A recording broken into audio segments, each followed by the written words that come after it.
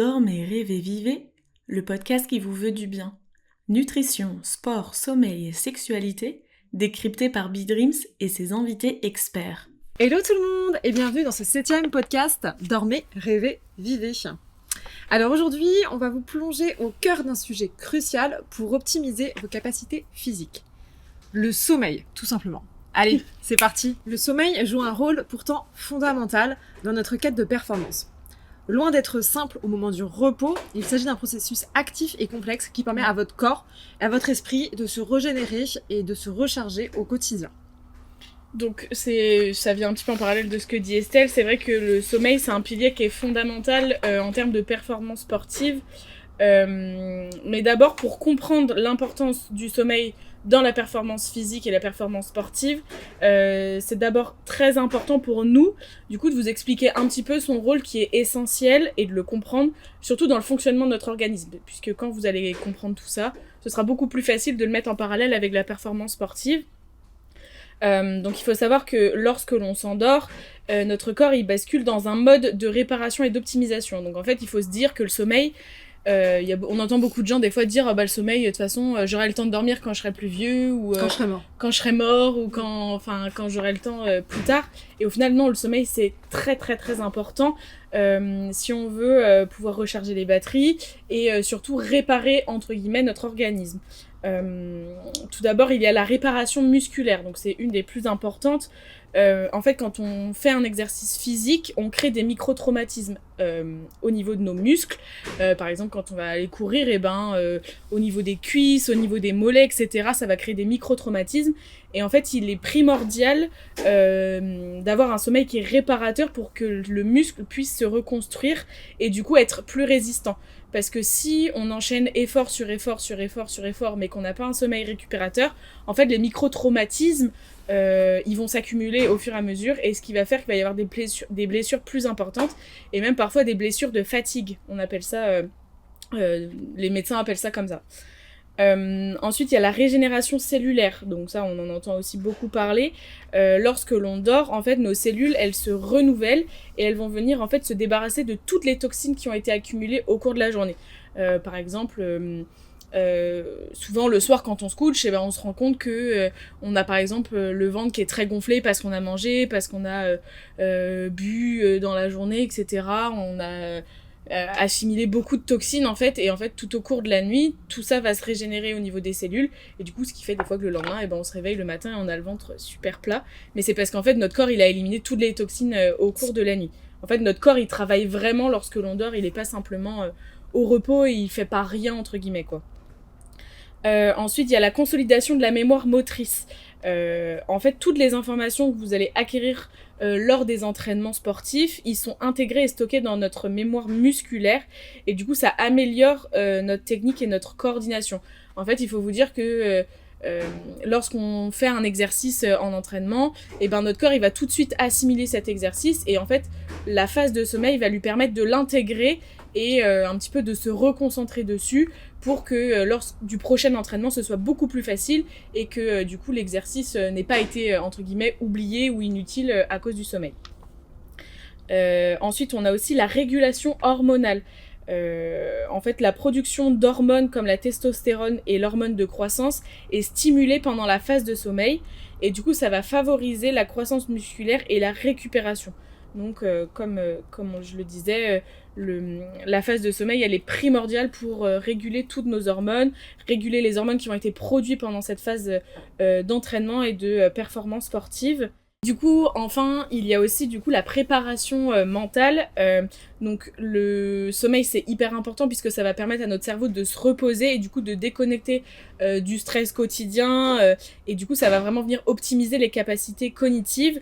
Et du coup, quand on a un sommeil et qu'on est réellement reposé, on peut aller aux entraînements de façon beaucoup plus sereine, on a un esprit qui est clair, on est concentré et on est davantage motivé.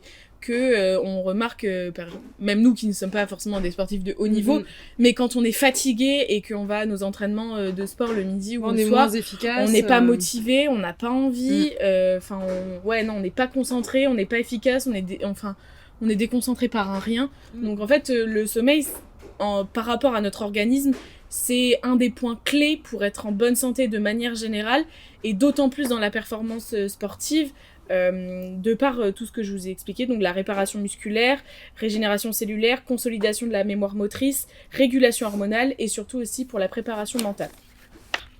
Donc on l'aura compris, par rapport à ce que Maëva nous a dit, le sommeil c'est loin d'être superflu, c'est un luxe et c'est quelque chose de primordial pour les sportifs, que ce soit de haut niveau ou des sportifs plus du quotidien comme nous par exemple. C'est un aspect qui n'est pas à négliger, ça fait vraiment partie de l'hygiène de vie quotidienne.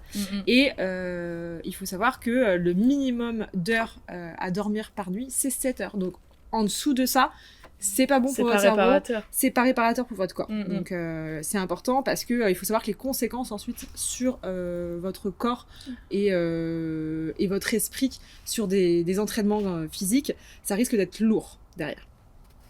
Je vais en décrire quelques-unes pour vous dire un petit peu ce que ça peut générer sur votre corps, un manque de sommeil. Donc déjà une fatigue accrue et une baisse de motivation, ça on en a parlé évidemment. Vous manquez d'énergie pour repousser vos limites lors des entraînements. Vous allez à la salle de sport, vous avez prévu de lever tant de poids sur tant de sessions, mais avec la fatigue que vous avez accumulée sur la semaine, tout simplement votre corps il n'y arrive pas, votre esprit n'a même pas envie de dépasser ses limites en fait, tout simplement. Donc ça vous fait stagner ou ça vous fait même régresser dans votre pratique sportive. Exactement. L'augmentation du risque de blessure, vu que le corps n'a pas la possibilité de se régénérer au cours de la nuit, le corps est fragilisé et donc est plus susceptible de créer des fractures de fatigue, par exemple sur vos pieds, sur vos genoux. Ça c'est hyper fréquent. Les fractures de fatigue, on en entend beaucoup chez les sportifs de haut niveau. Donc on a aussi la baisse de concentration et de la coordination. Nos réflexes seront moins vifs, on va être moins précis dans nos exercices. On risque également de mal faire nos exercices. Je prends l'exemple par exemple des squats. Si on est fatigué et qu'on se met dans une mauvaise position, on risque vraiment à coup sûr de se blesser, surtout si on le fait avec un poids assez important. Donc c'est vraiment pas à négliger. La diminution de la force et de la puissance musculaire. En effet, vu que vos muscles sont moins reposés et n'ont pas eu le temps de se réparer, ils n'arrivent pas à atteindre leur plein potentiel dans la séance de sport. Et bien évidemment, l'altération du système immunitaire et du coup l'augmentation du risque de maladie. Un sommeil insuffisant fragilise le système immunitaire et nous rend plus vulnérables aux maladies, aux infections qui passent. Et donc ça nous aide pas dans la pratique. En fait, c'est la santé globale en soi qui prend un coup si on n'a pas un bon sommeil. Mais ça rejoint un peu ce que, si vous aviez regardé la dernière fois, le podcast qu'on avait fait avec Armindo Fonseca, ça rejoint un petit peu tout ce qu'il avait dit dans le sens où le sommeil, ça fait clairement partie de l'hygiène de vie et des fois, quand on est jeune, c'est sûr, on a envie de profiter à fond. Mais surtout quand on fait du sport à côté, c'est d'autant plus important parce que notre corps, il récupère jamais sinon. Et c'est là que ça fait de gros dégâts. Exactement. Du coup, maintenant, pour illustrer un petit peu l'impact du sommeil sur la performance, je vais vous donner quelques chiffres clés qui ont été trouvés suite à des études, notamment faites par des scientifiques. Donc, il y a eu une quantité incalculable d'études scientifiques qui ont été faites pour démontrer le lien entre la qualité de sommeil et la performance physique, puisque oui, il s'agit pas seulement de dormir 7 à 8 heures par nuit, il faut aussi avoir un sommeil qui est de qualité et qui est réparateur, parce que des fois on peut très bien se dire je comprends pas, je me suis couchée à 22h, je me suis réveillée à 8h, alors oui ça fait un cycle de 10 heures, mais si on a des micro-réveils toutes les heures, si on a chaud, si on n'est pas bien, si on n'a pas une bonne literie, ça aura absolument aucun intérêt. Du coup, voici les quelques chiffres clés. Donc, en moyenne, donc c'est ce que disait Estelle tout à l'heure, un adulte a besoin de 7 à 8 heures de sommeil par nuit. Ça, je pense que vous l'avez tous et toutes entendu maintes et maintes fois. C'est primordial d'avoir entre 7 à 8 heures de sommeil par nuit. Et quant à eux, les athlètes de haut niveau peuvent avoir besoin de plus de sommeil, donc de 9 à 10 heures de sommeil énorme. Par nuit. Donc, c'est quand même très conséquent, faut pouvoir aussi l'intégrer dans son quotidien. On sait que des fois il y a des athlètes de haut niveau par exemple qui ont des enfants, c'est un peu compliqué je pense surtout quand on a des enfants en bas âge de mettre ça en pratique, ou quand on a un travail aussi à côté de sa pratique sportive, c'est plus compliqué. Mais si par exemple on n'arrive pas, faut se le dire aussi, si on n'arrive pas à avoir un cycle de sommeil par exemple qui est aussi important, essayer de mettre en place aussi des micro-siestes au cours de la journée. Complètement. Faire des siestes de 2 heures, ça c'est pas forcément utile parce qu'on est plus fatigué quand on se réveille. Oui, parce qu'en fait, on repart dans un cycle de sommeil et on le coupe au mauvais moment. Donc, par exemple, avoir des cycles de sieste de 20 minutes, c'est hyper réparateur pour notre organisme et pour nous au quotidien. Ensuite, selon l'INSEP, donc les sportifs privés de sommeil pendant une semaine ont vu leur performance diminuer de 10%. C'est énorme. Donc en fait, il faut se dire que le sommeil c'est primordial et que même sur un laps de temps qui est parfois pas très important, parce qu'on se dit une semaine, bon je vais récupérer la semaine d'après, c'est pas très grave. Mais en fait, il faut se rendre compte qu'un manque de sommeil, ça altère direct notre performance physique au quotidien. Et enfin, il y a une autre étude anglaise qui a révélé que les athlètes qui dorment 8 heures par nuit ont 50% de chances en moins de se blesser que les athlètes qui dorment moins de 6 heures. Donc on va se dire par exemple des fois 2 heures... 50% c'est énorme. Des fois on se dit 2 heures c'est pas... 1 heure et demie de différence de sommeil, on va dire que ça va pas changer beaucoup la donne et au final si. C'est énorme. Parce que si on dort moins, en fait souvent on a tendance à se réveiller dans une phase de sommeil qui est la phase de sommeil profond et du coup en fait on se réveille et notre corps il a pas eu le temps de se réveiller naturellement on va dire et du coup de finir sa phase de sommeil, de finir son cycle et du coup d'avoir eu cette réparation dont on a besoin. On a parlé d'ailleurs des cycles de sommeil dans une autre podcast que vous pouvez retrouver également sur notre page. Mais du coup comment optimiser notre sommeil pour booster nos performances? Donc il y a des mesures qui sont très simples et qui sont concrètes pour améliorer la qualité de notre sommeil et pour du coup maximiser nos performances physiques. Du coup, il y a quelques conseils clés qu'on a notés avec Estelle que vous allez pouvoir mettre en pratique si vous ne le faites pas déjà au quotidien et c'est sûrement des conseils que vous avez déjà entendus plusieurs fois. Donc, dans un premier temps, il est important d'établir un horaire de sommeil régulier et de le respecter le plus possible. On sait que des fois, quand on est en vacances, quand on est en week-end entre copains, c'est plus difficile de respecter ça, mais d'essayer de le respecter au maximum, parce que le corps, même à l'âge adulte, le corps, c'est comme les enfants, le corps, il a besoin de repères temporels pour s'habituer et que cela devienne naturel pour lui, et que du coup, par exemple, si on a l'habitude de se coucher, je sais pas, à 22h30 ou 23h, et ben le corps, à cet horaire-là, plus on va se coucher à cette heure-là, plus le corps il va se dire ah bah là c'est le moment d'aller dormir entre guillemets et du coup on aura moins de difficultés à s'endormir, le corps il va s'habituer naturellement et du coup si on respecte ça ce sera beaucoup plus facile de s'endormir et d'avoir un sommeil. Je suis d'accord parce que là-dessus moi je me couche tout le temps à 22h30, enfin, j'ai habitué mon corps à se coucher à cette heure-là et à chaque fois il est 22h10, je suis devant la télé et je sais que là mon corps commence à être fatigué et m'informe, c'est le moment d'aller te coucher quoi. Et c'est là où je sais, j'ai même pas besoin de regarder l'heure, je sais que c'est le moment où je dois aller me coucher parce que c'est mon corps qui me le fait comprendre du fait de cette routine que j'ai instaurée. Ouais, et des fois ça sert à rien de se dire non plus je vais lutter, allez je vais finir la fin de mon film. Bon, des fois on est tenté, ça arrive de temps en temps, c'est pas très grave en soi, mais c'est hyper important de respecter les besoins de son corps et ces phases où le corps vous dit j'ai envie d'aller dormir. Ensuite, un petit peu comme les enfants du coup, c'est aussi très important de créer une routine de coucher relaxante. Par exemple de prendre un bain, de lire un livre, d'écouter de la musique douce, pratiquer des exercices de respiration ou de méditation. En fait, avant d'aller se coucher, c'est primordial de détendre son corps et son esprit au maximum pour ensuite venir faciliter l'endormissement. Des fois, on sait que ça arrive... quand on est étudiant par exemple, on va avoir un gros dossier à rendre le lendemain, du coup on va travailler au moment d'aller se coucher. Personnellement, moi il va me falloir plus d'1 heure pour m'endormir après parce que mon esprit est complètement... Et puis t'y penses en fait. Il est en surchauffe, du coup je remine, je ressasse, je me dis est-ce que j'ai bien pensé à faire ça, Parce que t'as pas coupé en fait c'est entre ça, les deux et des fois cette routine elle a pas besoin de durer 1 heure, 1 heure et demie avant d'aller se coucher Des fois juste un petit quart d'heure où on se dit j'écoute une musique douce ou je prends une douche chaude, je lis un chapitre de mon livre et ça suffit amplement à aider du coup notre corps à s'endormir. Ensuite c'est aussi très important d'aménager une chambre propice au sommeil. La chambre, c'est très important qu'elle soit sombre, calme, fraîche et bien ventilée. Faut éviter les sources de lumière artificielle. Donc, c'est très déconseillé d'avoir, par exemple, une télévision dans sa chambre, de laisser des ordinateurs allumés, même les téléphones, essayer de les mettre en mode avion, de pas avoir les notifications qui sonnent en permanence, ou du coup le téléphone qui s'éclaire parce qu'il y a une notification qui est arrivée. Il y a rien de pire, ça. Les appareils électroniques, par exemple, qui génèrent des champs électromagnétiques, ça on n'en parle pas beaucoup, mais par exemple les multiprises Bon, on sait que voilà, on va avoir sa lampe de chevet, son téléphone à charger, mais essayez de les débrancher au maximum et de charger vos appareils avant d'aller vous coucher parce que, en fait, il y a beaucoup de cas de personnes qui, ça a été mis dans des études, parce que moi j'en connais aussi, qui n'arrivaient pas à dormir, qui étaient insomniaques, qui avaient des gros problèmes d'insomnie pendant très longtemps.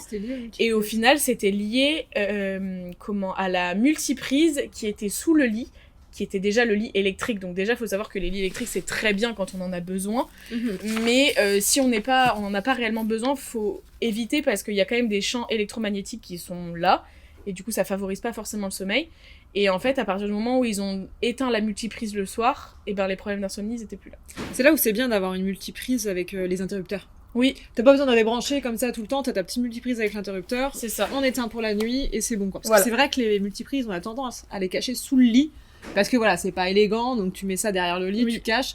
Et débrancher, souvent, c'est derrière le lit, c'est un peu compliqué ou Oui, autre. c'est ça. Donc c'est bien d'avoir sa multiprise avec Ouais. le petit interrupteur, tu éteins et t'es tranquille pour la nuit. Moi, c'est ce que je fais. Ma multiprise, je l'éteins tous les soirs. pareil, Je charge c'est mon avec, téléphone avant. Au pire, je le finis de le charger le lendemain matin, quoi. Ouais.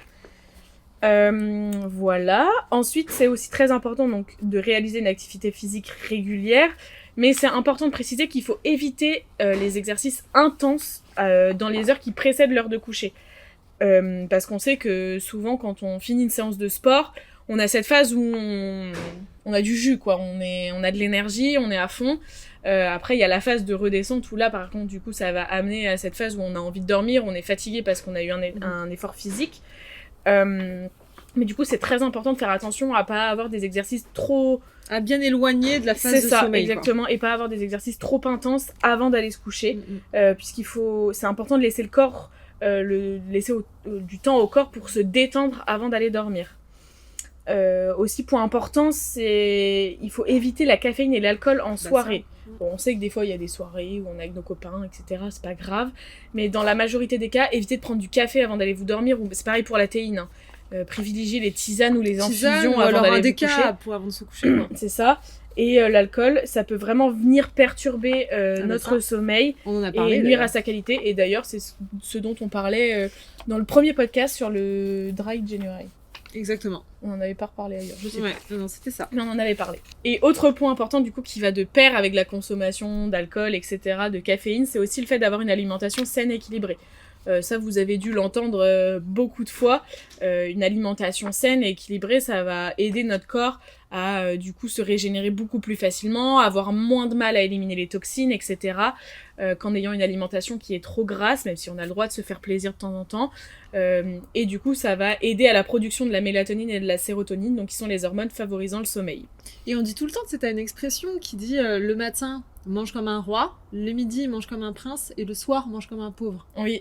C'est justement, cette expression C'est signifie justement que le soir, on doit manger léger, une soupe, une petite salade, parce que le corps aura besoin, derrière, dans le sommeil, de se régénérer. Mais il faut faire aussi attention à pas se coucher avec la sensation avec la faim. Oui, ça c'est sûr. Alors Vraiment. oui, il faut essayer de pas manger trop riche, Pas mais de- il faut pas vous interdire de manger des féculents, de manger des pâtes le soir, ça va absolument rien vous... Enfin, Sans faut trop juste, manger, quoi. faut juste que ce soit dans l'équilibre et ne pas manger aussi riche qu'on mange le midi par exemple.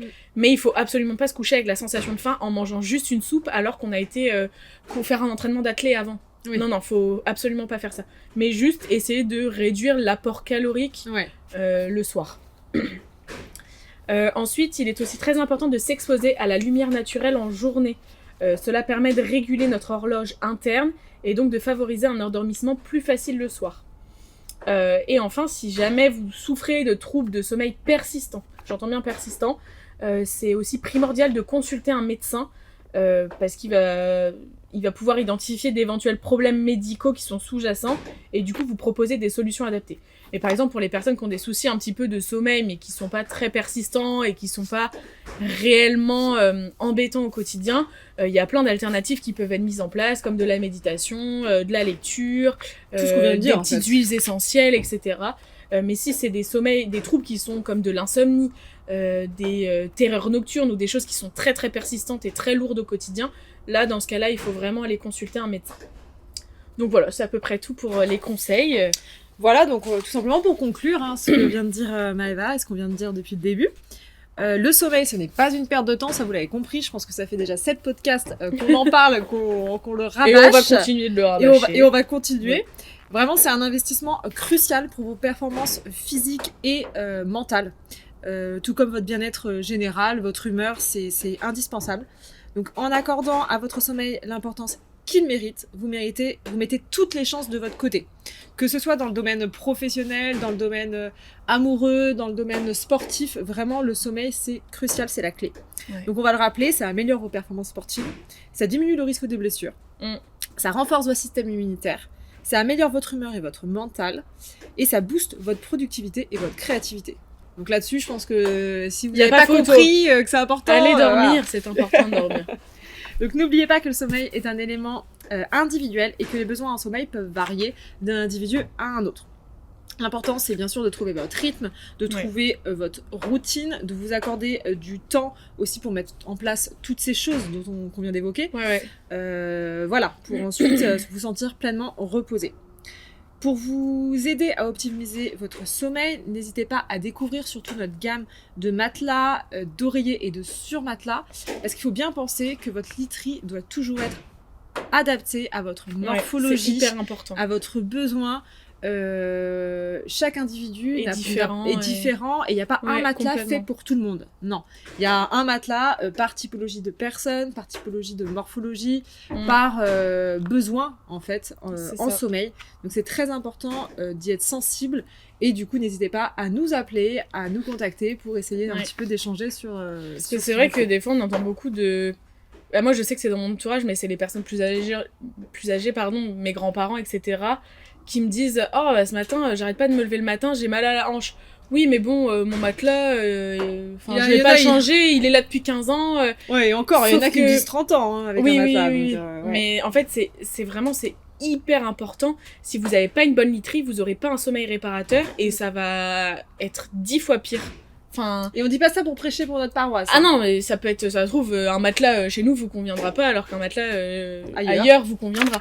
Mais c'est vrai que, par exemple, je vois mon petit frère qui est en internat, et ben il a un matelas qui est pas du tout adapté à sa morphologie et à sa pratique du sport qui est quand même plutôt intense. On lui a rajouté un surmatelas et depuis il dort mieux parce que le matin il se levait avec des douleurs qu'il avait jamais eues. Alors qu'en plus il est en études sportives. Surtout qu'il est en études sportives, il a 17 ans donc il est quand même pas... Il est pas vieux, il a pas de problème de santé, il a pas d'antécédents, et sauf qu'il a découvert des douleurs aux genoux, des douleurs au niveau du dos, des cervicales qu'il n'arrivait pas à se débarrasser, et donc il a fallu rajouter un surmatelas parce que sa literie était pas du tout adaptée à son quotidien, à sa morphologie. Donc il y a des solutions pour tout le monde. C'est ça. Voilà, c'est fini pour cet épisode. Dites-nous si ça vous a plu en commentaire, et si ces conseils vous ont été utiles. N'hésitez pas, si vous ne l'avez pas déjà fait, à aller découvrir notre page avec nos podcasts précédents. Il y en avait 6 du coup au total, parce que celle-ci c'est la 7e. Donc la page s'appelle Dormez, rêvez, vivez. Vous pouvez le retrouver sur YouTube comme sur Spotify. Pour nous donner de la force, n'hésitez pas à liker et partager notre podcast, c'est très important pour nous. À très vite pour le prochain épisode qui portera ce coup-ci sur la pratique du Feng Shui et son lien avec le sommeil. À très vite. À bientôt.